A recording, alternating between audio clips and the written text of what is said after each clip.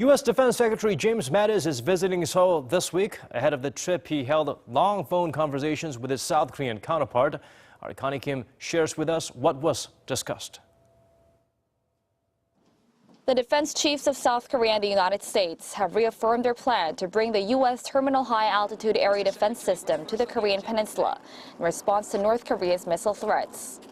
Seoul's defense ministry said Defense Minister Han Min-koo and his U.S. counterpart James Mattis held telephone talks on Tuesday, during which they expressed serious concern over North Korea's escalating threat and acknowledged the need to strengthen cooperation on North Korea policies. Han and Mattis also said there's a possibility North Korea could launch a strategic or tactical provocation, as it could misjudge the transition of power in Seoul and Washington.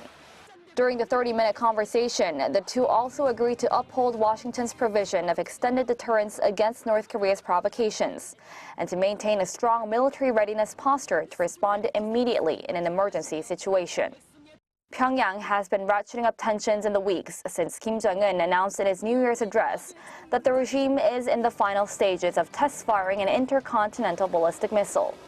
Acknowledging the growing threat from the north, Mattis' first overseas trip as defense secretary is to South Korea and Japan this week to shore up relations with the two U.S. allies.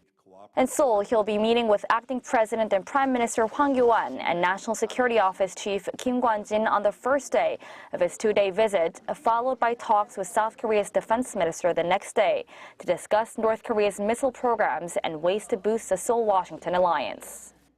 South Korea will be the first stop on Mattis' trip, and Seoul is hoping the visit will allow the allies to recommit to their mutual defense treaty and further solidify their defenses against North Korea's threats. Connie Kim, Arirang News.